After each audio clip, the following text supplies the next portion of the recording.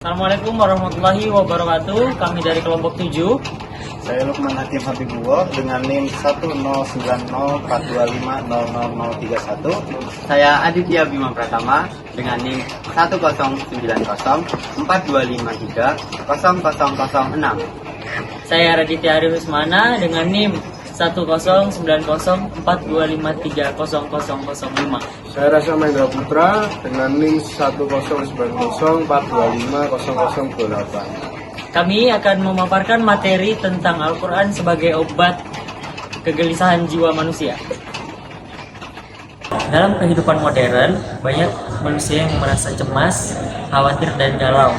Menurut data WHO tahun 2023, peningkatan kasus stres dan gangguan kecemasan di seluruh dunia semakin meningkat.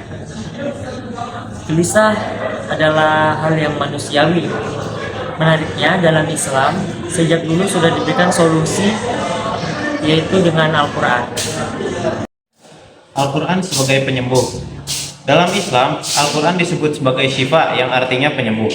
Hal ini dijelaskan langsung oleh Allah dalam Quran surah Yunus ayat 57 yang bunyinya, A'udzu billahi minasyaitonir rajim.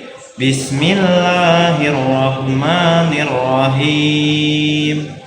Ya ayyuhan nasu qad ja'akum mau'izatum mir rabbikum wa shifaa'un lima fis sudur.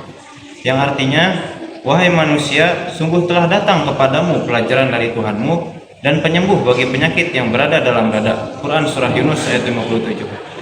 Yang dimaksud penyakit di dalam dada bukan hanya penyakit fisik, tapi juga penyakit hati seperti sedih, takut, dan gelisah. Secara psikologis, membaca Al-Quran terbukti menurunkan tingkat stres dan menstabilkan emosi seseorang. Beberapa peneliti modern juga menguatkan hal ini. Salah satunya, penelitian dari Universitas Malaya tahun 2021 menemukan bahwa mendengarkan lantunan Al-Quran dapat menurunkan detak jantung dan tekanan darah, tanda bahwa tubuh menjadi rileks. Hal serupa juga dibuktikan oleh studi di Universitas Indonesia tahun 2022 yang menyebutkan bahwa terapi murotal efektif menurunkan tingkat kecemasan pada pasien rawat inap. Secara ilmiah, suara lantunan Al-Quran memiliki polaritme yang stabil dan harmonis. Frekuensi bacaan Al-Quran mampu manusia menjadi lebih tenang, terutama gelombang alfa yang berhubungan dengan perasaan damai dan fokus. Selain itu, makna dari ayat mengandung pesan positif tentang harapan, kasih sayang Allah, dan kesabaran menghadapi ujian.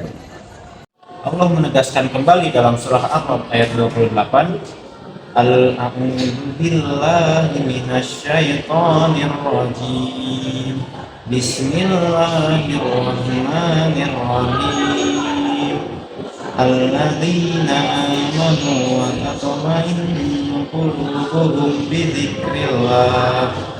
Ala bidzikrillah tatma'innul qulub. Yang artinya, yaitu orang-orang yang beriman dan hati mereka menjadi tentram dengan mengingat Allah. Ingatlah, hanya dengan mengingat Allah hati menjadi tentram. Inilah inti dari terapi spiritual Islam. Ketenangan sejati hanya bisa didapat saat hati terhubung dengan Allah. Membaca Al-Quran adalah bentuk zikir tertinggi karena setiap ayatnya mengandung pengingat akan kasih sayang dan kebesarannya. Rasulullah SAW juga mencontohkan bagaimana menjadikan Al-Quran sebagai penenang hati. Dan sekaligus mengatakan bahwa ya Allah, jadikanlah Al-Quran sebagai penyejuk hatiku, cahaya dadaku, dan penghapus kesedihanku. Hadis riwayat Ahmad Ibnu Hibban. Nah, di sini menunjukkan bahwa Rasulullah mengajarkan umatnya menjadikan Al-Quran sebagai sumber kekuatan emosional dan bukan sekedar bacaan ibadah. Jadi, galau dan stres bukan hanya masalah emosi, akan tetapi sebagai sinyal yang menandakan bahwa hati kehausan akan makna. Al-Quran hadir sebagai sumber pedoman, panduan hidup, dan terapi. Bukan hanya menenangkan pikiran, tetapi juga menata hati. Jika hati gelisah, jangan hanya diam, tetapi segera buka mushaf, baca ayat-ayat Allah, dan temukan ketenangan di dalamnya. Sekian pemaparan materi Al-Quran sebagai obat kegelisahan jiwa manusia. Wassalamualaikum warahmatullahi wabarakatuh.